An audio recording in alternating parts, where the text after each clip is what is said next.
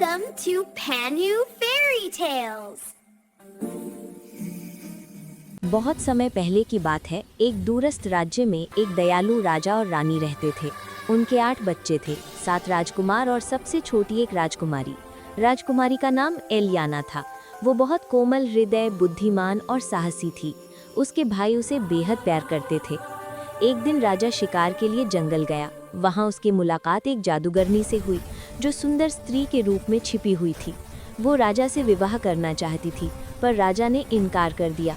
जादूगरनी ने क्रोधित होकर श्राप दिया, तेरे राज्य पर अंधेरा छा जाएगा और तेरे पुत्रों का भाग्य छिन जाएगा।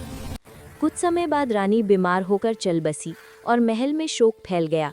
कुछ महीनों बाद राजा ने दूसरी शादी कर ली। नई रानी सुंदर तो थी, पर उसके मन में ईर्ष्या और क्रूरता भरी हुई थी। नई रानी 7 राजकुमारों से घृणा करती थी, क्योंकि वो चाहती थी कि सिंहासन पर केवल उसका होने वाला बच्चा ही बैठे। उसने एक दुष्ट तांत्रिक से मदद ली और 7 राजकुमारों पर जादू कर दिया। वे सभी पक्षी बन गए, कोई बाज, कोई शाहीन, कोई गरुड़, कोई तोता, कोई कबूतर, कोई मोर और सबसे बड़ा राजकुमार एक सफ़ेद हंस बन गया। जब राजकुमारी एलियाना सुबह उठी और उसने अपने भाइयों को गायब पाया तो उसका हृदय टूट गया। नई रानी उसे भी नुकसान पहुंचाना चाहती थी, पर एलियाना रात में ही महल से भाग निकली।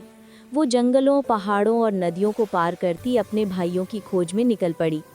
कई महीनों बाद एक सन्यासिनी ने उसे जादू का रहस्य बताया। यदि तुम अपने भाइयों को मुक्त करना चाहती हो तो तुम्हें 7 कांटेदार झाड़ियों से धागा बनाना होगा। उन धागों से 7 कुर्ते बुनो। जब तुम वे कुर्ते अपने भाइयों को पहना दोगी तो जादू टूट जाएगा। पर ध्यान रहे, जब तक यह कार्य पूरा ना हो जाए तुम एक भी शब्द नहीं बोल सकती। यदि तुमने मुंह खोला तो सब व्यर्थ हो जाएगा। एलियाना ने बिना सोचे हामी भर दी। उसने कांटों को तोड़कर धागा बनाना शुरू किया। उसके हाथ छिल जाते, खून बहता, लेकिन उसने मौन व्रत नहीं तोड़ा। वर्षों बीत गए। उसी दौरान पड़ोसी राज्य के राजा ने उसे जंगल में देखा। उसकी मासूमियत, धैर्य और त्याग से प्रभावित होकर उसने एलियाना से विवाह कर लिया। एलियाना रानी बन गई, पर उसने अपना वचन नहीं तोड़ा। वो एक शब्द भी नहीं बोलती थी। राजा की माँ को एलियाना पसंद नहीं थी। उसने उस पर जादू टोना करने का झूठा आरोप लगाया। एलियाना की चुप्पी को दोष माना गया और निर्णय हुआ कि उसे दंड स्वरूप आग में जलाया जाएगा। सजा का दिन आ गया। एलियाना के 7 कुर्ते अब तैयार थे।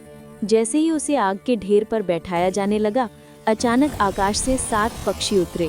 एलियाना ने कांपते हाथों से उन पर कुर्ते डाल दिए। पल भर में जादू टूट गया। 7 राजकुमार अपने असली रूप में लौट आए।